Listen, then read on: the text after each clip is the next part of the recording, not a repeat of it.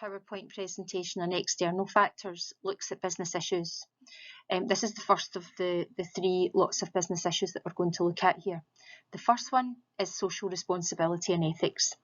Now this is really useful because one of the chosen topics to cover for your assignment is the impact of an organisation's social responsibility policy and ethics policy. So this is really important here because this is normally covered, as I say, in the assignment. It is quite a popular question as well in the exam, and you can be asked this in a couple of ways. One of the ways in which you can be asked this question is by using social responsibility initiatives that the company in your case study uses and the impact they can have on stakeholders. Or they can ask you a general question in the second section on social responsibility and how CSR or social responsibility could affect the different functional departments in the organisation, those functional departments being marketing, operations, HR and finance. So business ethics then is quite simply making a morally right decision in everyday business operations. So what could be ethical then? Using child labour. Should firms use child labour? This is particularly important for organisations working in developing countries. Is it appropriate to use child labour? What wages should be paid to branches in third world or developing countries? What extent should firms seek to be environmentally friendly? So what should they actually be doing to be environmentally friendly? And should firms get involved in certain activities? For example, things like the manufacture of cigarettes and alcohol is quite a big issue, but a big earner obviously for Scotland through whisky distribution. Animal research, testing on animals to get your products right for humans, even the manufacture of weapons. These are all things that businesses have to look at to see if they are morally the right decision to make. So we're now going to have a wee look at social responsibility and what it actually is. As far as CSR or social responsibility is concerned, this is a business's obligation towards its external stakeholders. What is the organisation doing that could have an impact on those outside the company? As far as corporate responsibility is concerned, this is another term. It's the business's obligation towards both internal and external stakeholders. So corporate responsibility there would be things like how are you treating your staff, how are you paying them, etc., along with what you're doing in the business that could impact on the external stakeholders. So CSR is what we're really looking at here, and corporate social responsibility or CSR could include a number of things. People doing the right thing, or organisations doing the right thing to perhaps employ older people. Now that we have equality, it is not the case that men have to retire at 65 and women have to retire at 60. They can work on raising awareness of environmental issues. So it's important that organisations look to things about recycling, about pollution, things like that, the amount of waste, the amount of landfill they're using. So the impact of pollution is important. Offering all people in your organisation equal opportunity to move on in the organisation. Perhaps provide sponsorship to charities or to little local football clubs or whatever. So providing sponsorship to organisations or third sector organisations in the community. Donating to charities, another one there that we kind of spoke about. Providing quality training schemes so that your staff really know what they're doing in all aspects of your business. And as we've said, supporting the local community, offering school placements, for example, giving some money to schools so they can buy football kit. All these sorts of things are quite important. So what are the benefits to organisations then of developing good CSR? You've got greater consumer confidence in if customers know that you are doing well and you are doing the right thing, then it is more likely that they will actually be customers to your company. As a result of that, businesses will receive increased revenue or sales and then obviously subsequently profits. There is more scope for growth because you have a bigger clientele, so you can grow your business a lot easier. It might make you attractive to a potential workforce, so people will be more likely to come to your company if they have CSR in mind and they think that you are doing the right thing. And there will be positive publicity for you out there.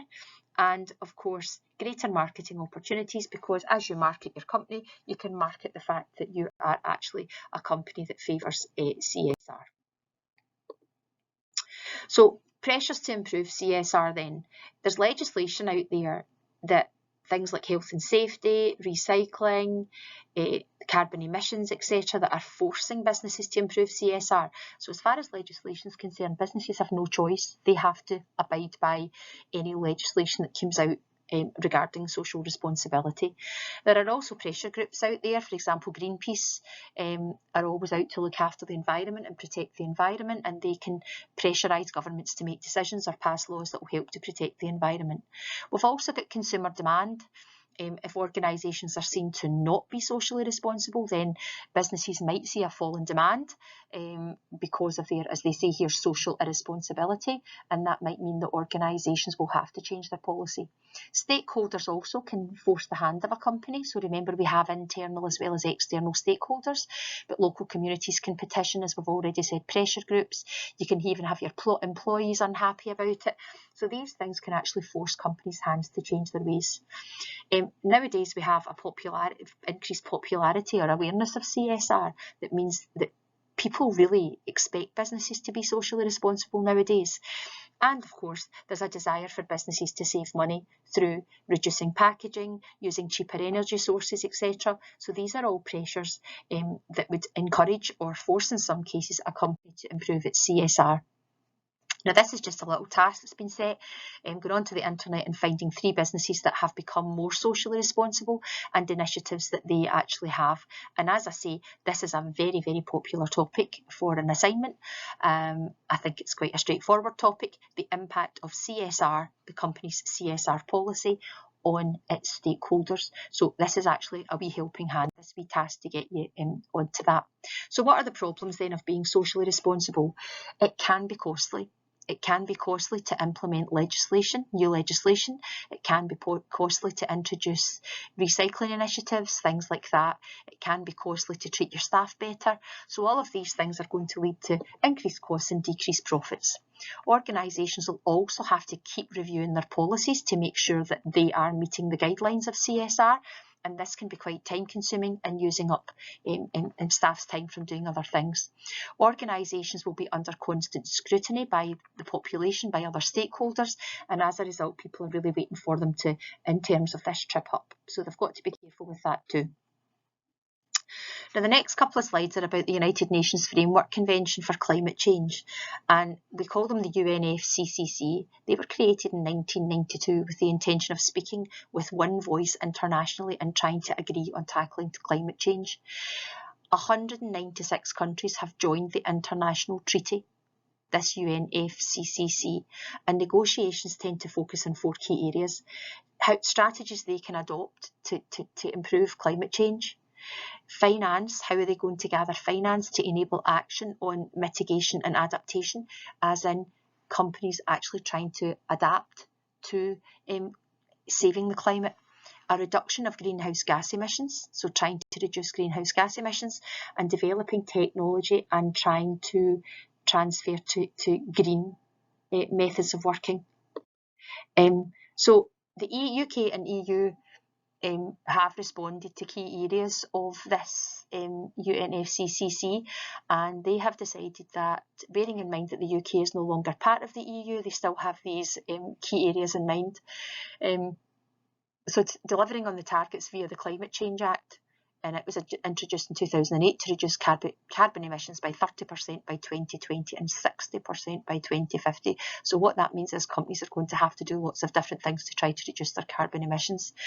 Creating a new independent body to monitor the progress of carbon reduction targets. Creating a new commission to spearhead company investment in green technology to start off to help companies to move forward with green technology.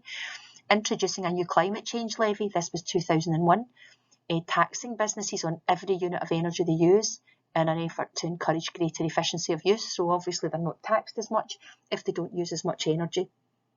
Increasing landfill taxes so that companies will be sending less to landfill and trying to recycle more.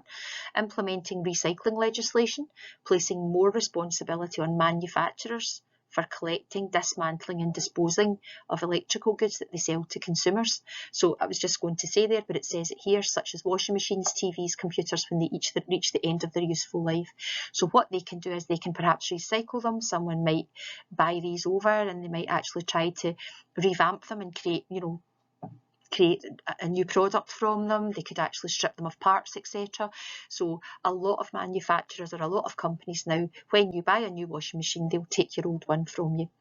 Another thing of the response is to increase the number of lofts and walls being insulated and boilers upgraded.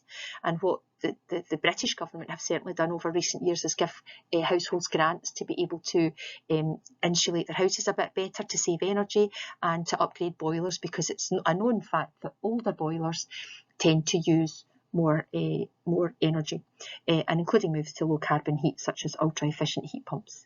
Another thing is progress government policies such as the Green Deal and those involving any electricity market reform. So we're really trying to make people a lot greener in the energy that they use.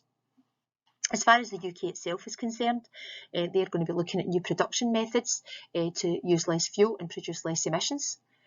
The problem with that is it may also increase costs by using different forms of energy. That's a problem we have. Manufacturers may need to reconsider the design of their products to take into account the makeup of the component parts and how they can be recycled or disassembled for safe disposal. Once again, another cost increaser. So manufacturers thinking about how they can actually make their product more recyclable, or how they can actually get rid of at the end of their life these products. Further spending on research and development may be needed to create more environmentally friendly components and packaging. A lot of companies are now turning to, it says here, more biodegradable packaging, so that we've not got as much waste going to landfill. And ways of reducing and recycling waste may have to be found to comply with legislation. We have to use less paper. Organisations are trying to use less paper nowadays, and a part of that is packaging. So cutting back on packaging and things is a big thing. And firms will have to train employees and customers, to have a more environmentally friendly attitude.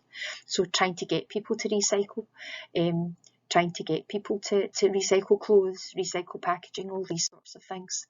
Now, the next few slides really are just explaining the topic that I had mentioned could be an exam question, is the impact of CSR, social responsibility, on the different functional departments of an organisation. This is something I would suggest you learn, because if the CSR question is not about the CSR initiatives of a particular company in the case study, then it's more than likely to be this one. So on this slide here, we have all the positive impacts affecting marketing, operations, HR and finance. And on the second slide here, the last slide in fact, we have the negative impacts on marketing, operations, HR and finance. Thank you.